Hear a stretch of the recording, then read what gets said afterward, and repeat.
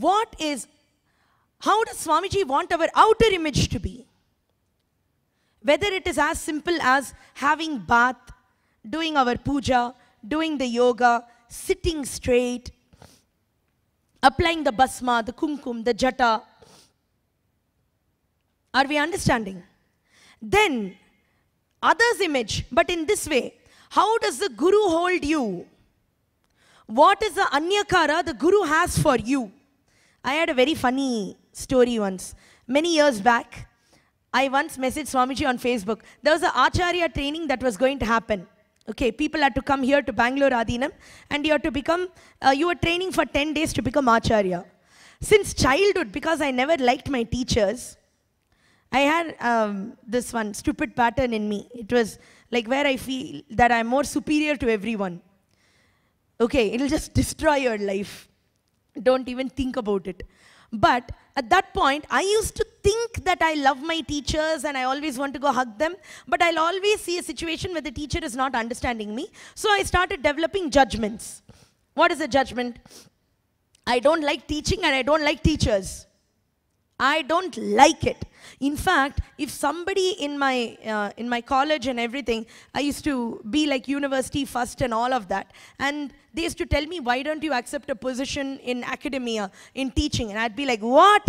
You're mad or what? It was an irritation that would come from inside me because of the inner image I was carrying. Not aligned to cosmic geometry, not aligned to Sadashiva. It is more animalistic aggression. Then what happened? This Acharya training opportunity came. My father and mom, they said, you have to do it. We are also going to do it. So my dad put all our names. And you know, Indian parents, we don't ask each other, will you want to do this, that, etc. You just simply put the name and you send. That's all. Because it's related to Swamiji. I'll not say, why did you put my name, this, that, and all. Listen. Do you know what I messaged Swamiji on Facebook? I told him, Swamiji, my dad put my name for Acharya, but I find it very boring to be an Acharya. And I saw many other Acharyas, they will, say one thing and then do something different. So I'm not feeling inspired about it. I find it very boring. Let my dad and mom come and do. I can't even imagine I actually sent him a message like that. So immediately the reply came back telling, he told only one sentence. He said, it is my anyakara for you to be an Acharya.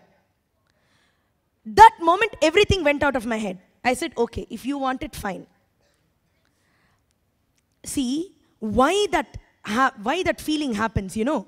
Because you know if Swamiji has ordained it, he sustains it. So I know whatever irritation I have about teaching, teachers, Acharyas, it will simply go away. I know he's going to sustain it. And today, look where I'm sitting. Are you understanding? It did not take any training. It did not take any program. It just took, he's saying, he'll make it happen. Why bother?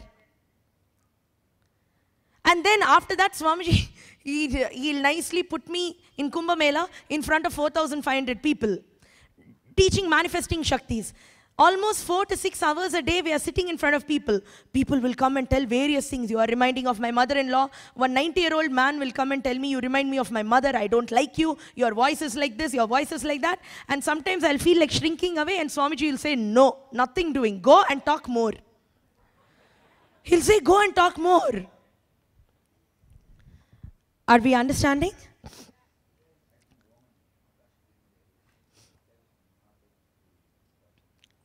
Listen,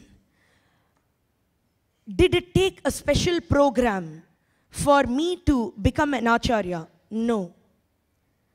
When Swamiji said, it is my anyakara, that means what? My expectation for you. Please understand, the Guru's expectation for you is your highest expectation you can have from you. It is the most highest expectation you can happen that can happen from you. That is why when you listen to it, without even worrying about your logic, all your logic goes out the window. Then the Guru's energy enters you. You never need to sit and prepare for these kind of sessions. You just say, Guru Vandanam, Nityandam, Paramasukadam. And the mouth opens and he will start speaking. No preparation, no nothing. Are we understanding? To conduct this kind of a session, there are people outside who will charge you $50,000 and they will do 1 month of preparation. Swamiji will always say, never trust the people who prepare so much to come and deliver some address to you, because they are into spontaneous lying. And here all of you are going to be trained as acharyas, and you will naturally see, just because maybe you don't like yoga, for example, and you say, no, Swamiji, I want to be only puja acharya, completion acharya. But if Swamiji says, it is my anyakara for you to be a yogacharya, if you just feel, oh, he wants, so he has decided, means it will naturally happen. Then you will suddenly see that you need no preparation, no nothing. When you just go over there, you will be a Sadashiva teaching yoga. You will be a Sadashiva teaching manifesting Shaktis. Because the Guru's energy infuses into you. That moment, you don't need any special training. You don't need any special instruction. His energy just infuses into you. But how can this happen? You need to now look. Is my inner image as Swamiji wants? Is my outer image, what I am showing to the Guru, what I am telling him, is that free of spontaneous lies? Is it as he wants? Is there any kind of fear, blind spot between what you are showing him?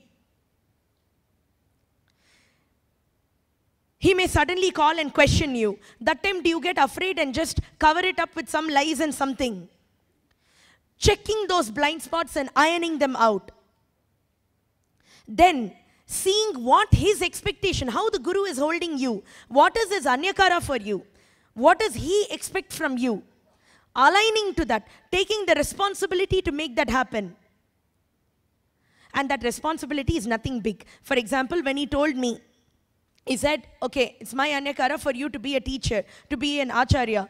I just said, okay. After that, life started showing me situations. How? He started saying, come to every inner awakening. Every small ways, sitting with small groups, that's how it started. Then I started understanding, wow, I don't have to prepare for anything. I don't have to do anything. I just have to remember Swamiji and say, Nityanandam Paramasukadam. He opens the mouth and he starts saying. Just like materialization.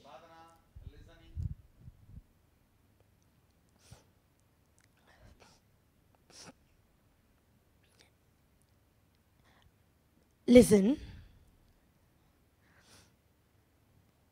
You can all of us can make it very simple for us.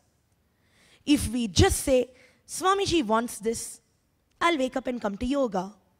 Swamiji wants me to be in black for yoga, I'll wear black. Suddenly you'll understand that the logical life loses complete control over you. When the logical life loses control over you, you will not feel, oh my goodness, my leg is hurting, so I cannot bend my knee and sit.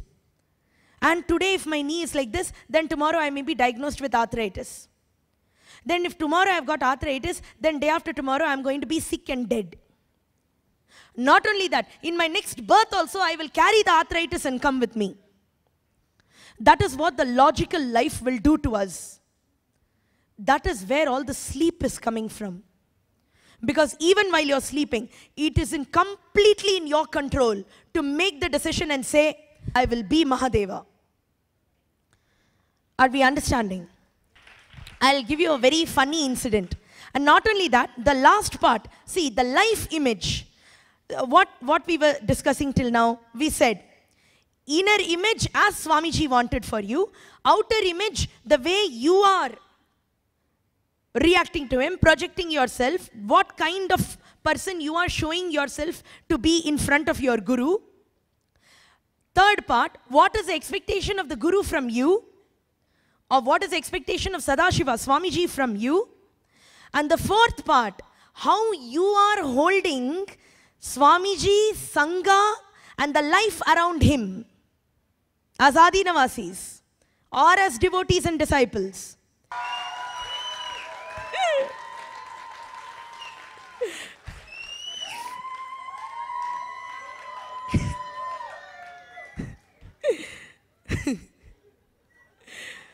That means what?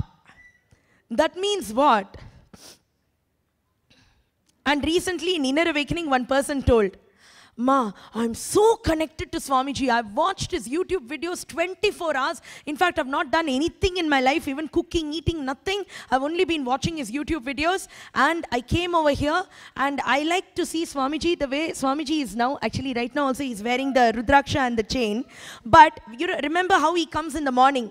T-shirt, the dhoti. Did you all see him in the morning during yoga?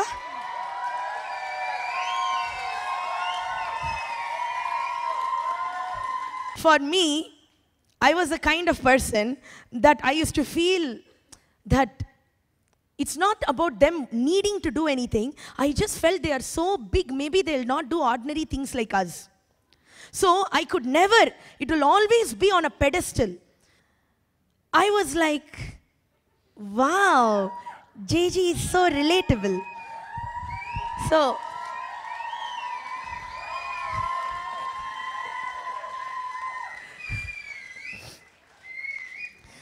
that is why, when even on the first day of the darshan, when Swamiji was in that dress, all of us expected him to be seen in a lot of gold jewelry, rudrakshas and big trishul and everything. But he came as if he's just Sadashiva in a relaxed mood, just opening the door to all of us and saying, hi, welcome home. Yes? So,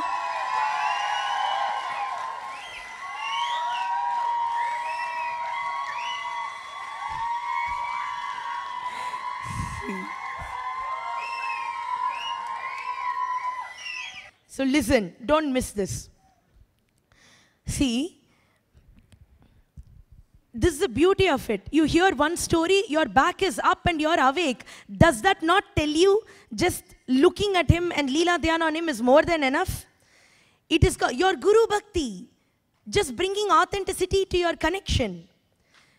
That's all it is. Now listen, the story that I was getting to is, this April IA, we had a participant who was telling, I am so connected to Swamiji, I love him and can't live without him and he's so amazing, he's Sadashiva, all that, okay? After coming here, first day darshan, Swamiji appeared in all the gold jewelry and finery and the spotlights were here and the loud music was there. In the end, she was crying. I went and stupidly told her, you enjoyed it, you're crying, bliss tears. And she said, Ma, suddenly I'm not feeling connected to him at all. Why he's wearing all the gold? I don't want him to wear all that. Can you go tell Swamiji to just come in the regular way? No, listen. Listen. Apparently, when she was a small child, her mother used to beat her up a lot, and mother used to wear a lot of heavy jewelry, and that jewelry also would be hitting her again and again. God knows what that child will be having as an inner image. And she's almost 50-something now. But the moment she will see Swamiji in some very casual clothes and all, she'll be okay. The moment she sees him in the gold jewelry, she'll be like, I cannot relate with him. That means what? We are dumping our inner image even on Swamiji.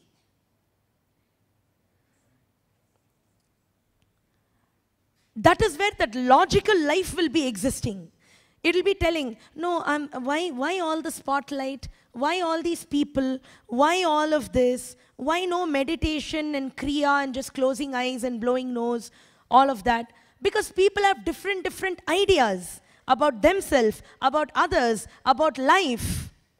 There is one way in which we can completely be done with this. That is in bringing authenticity. Authenticity means what? Saying yes, even when you may not be ready for it, even when you don't know why you should do it, even when you don't even know whether, after saying yes, what will happen.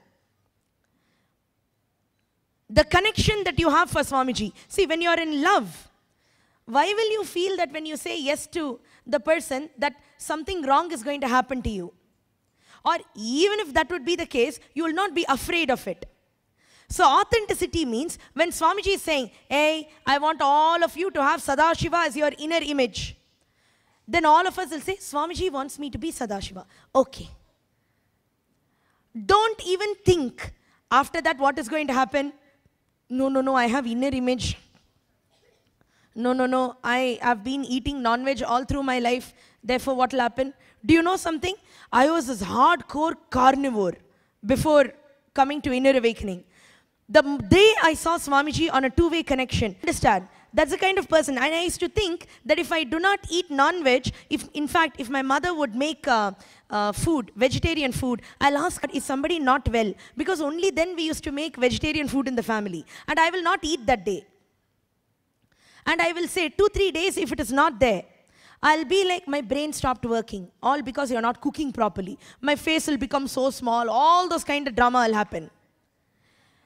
But understand, the moment I saw Swamiji for the first time on the two-way, that was the last day I touched non-veg. And no one ever told me what to do, what to leave, nothing like that. It just went out. I didn't know why that even has to go inside me. It just went out.